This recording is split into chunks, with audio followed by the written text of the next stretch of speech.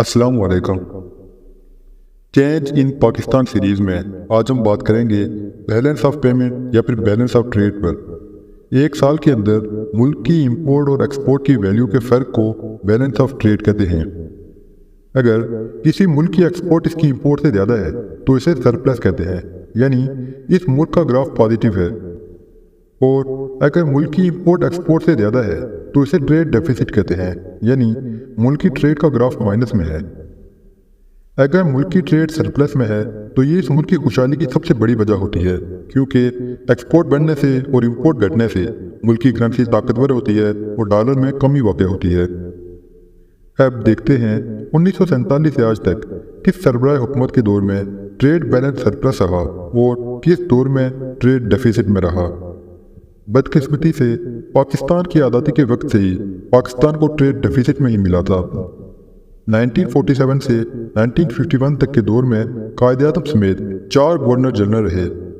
1947 में trade deficit -0.9 था, जो कि था तो मामूली लेकिन था माइनस में, और 1951 तक ये -0.22 बिलियन डॉलर तक पहुंचा। फिर 1958 से 1971 तक का दौर मार्शल का दौर रहा, जिसमें 11 साल जनरल अयूब खान और आखिरी 2 साल यहिया खान के रहे। 1971 तक ट्रेड डेफिसिट -0.29 तक पहुंचा। इसके बाद 1971 से 1977 तक जुल्फ़िकार अली भुट्टो के 6 सालों में ट्रेड डेफिसिट में थोड़ा इजाफा हुआ और 1977 तक ये 1.28 बिलियन डॉलर तक पहुंच गया। फिर 1978 से 1988 तक जनरल ज़िया-उल हक का मार्शल का दौर रहा। इस दौर के आखिर तक ट्रेड डेफिसिट बढ़कर -2.14 बिलियन डॉलर तक पहुंच गया, जिसकी वजह से डॉलर की कदर में इजाफा होना शुरू हो गया था। ज़िया-उल हक के 9 साल दौर के खात्मे के बाद मुल्क में 11 साल जमहूरी दौर रहा, जिसमें सबसे पहले 1988 से 1990 तक बेनज़ीर भुट्टो का मुख्तसर दौर रहा।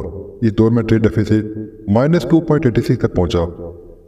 इसके बाद 1990 से 1993 तक वाशरिफ इक़्तिदार में रहे।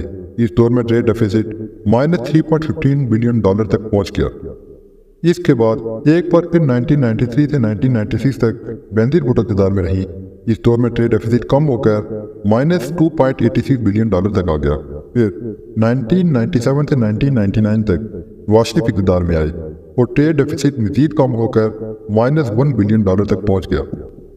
इस 11 साल जमहूरी दौर के बाद 2000 से 2008 तक एक बार फिर मुल्क में मार्शल रहा और परवेज़ मुशर्रफ इक़्तिदार पर काबिज रहे। मुशर्रफ के दौर के आखिरी 4 सालों में, यानी 2005, 6, 7 और 8 में ट्रेड डेफिसिट में बहुत तेज़ी से इजाफा हुआ। 2005 तक ट्रेड डेफिसिट -7.80 बिलियन डॉलर तक पहुंच गया और इसके बाद 2006 में -12.8 बिलियन डॉलर तक पहुंच गया और 2007 में -13 बिलियन डॉलर तक पहुंचा। मगर 2008 में ट्रेड डेफिसिट में एक साथ 7 बिलियन डॉलर का इजाफा होता है और ट्रेड डेफिसिट -21 बिलियन डॉलर तक पहुंच जाता है। इस वजह से 2006 में डॉलर 60 रुपये पर था, जो कि 2008 में 22 रुपये इजाफे के साथ 82 रुपये तक पहुंच गया था, जो कि इस दौर के हिसाब से बहुत बड़ा इजाफा था।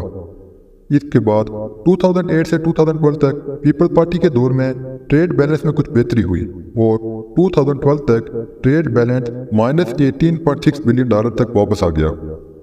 फिर 2013 से 2018 तक नून लीग का दौर रहा। नून लीग का ये दौर पाकिस्तान की मईशत के लिए एक ताबनाक दौर साबित हुआ। पीपल्स पार्टी के दौर में जो डेफिसिट कम होकर -18 बिलियन डॉलर तक आ गया था, नून लीग के दौर के इख्तिताम तक इसमें एक साथ 19 बिलियन डॉलर का इजाफा हो गया और 2018 में ट्रेड डेफिसिट 37.2 बिलियन डॉलर तक पहुंच गया। 2018 से 2022 तक इमरान खान इक़्तिदार में रहे। इस दौर में इमरान खान हुकूमत ने ट्रेड डेफिसिट को -37 बिलियन डॉलर से वापस कम करके 2020 में -12.8 बिलियन डॉलर पर लेकर आ गए थे।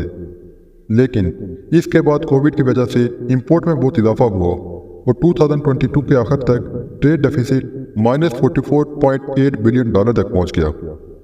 इमरान खान के दौर के खात्मे के बाद 2023 में बहुत सी इंपोर्ट पर पाबंदी लगा दी गई थी, जिसकी वजह से ट्रेड डेफिसिट कम होकर -32.6 बिलियन डॉलर पर आ गया और अब 2024 में एक बार फिर नूनी की हुकूमत जारी है।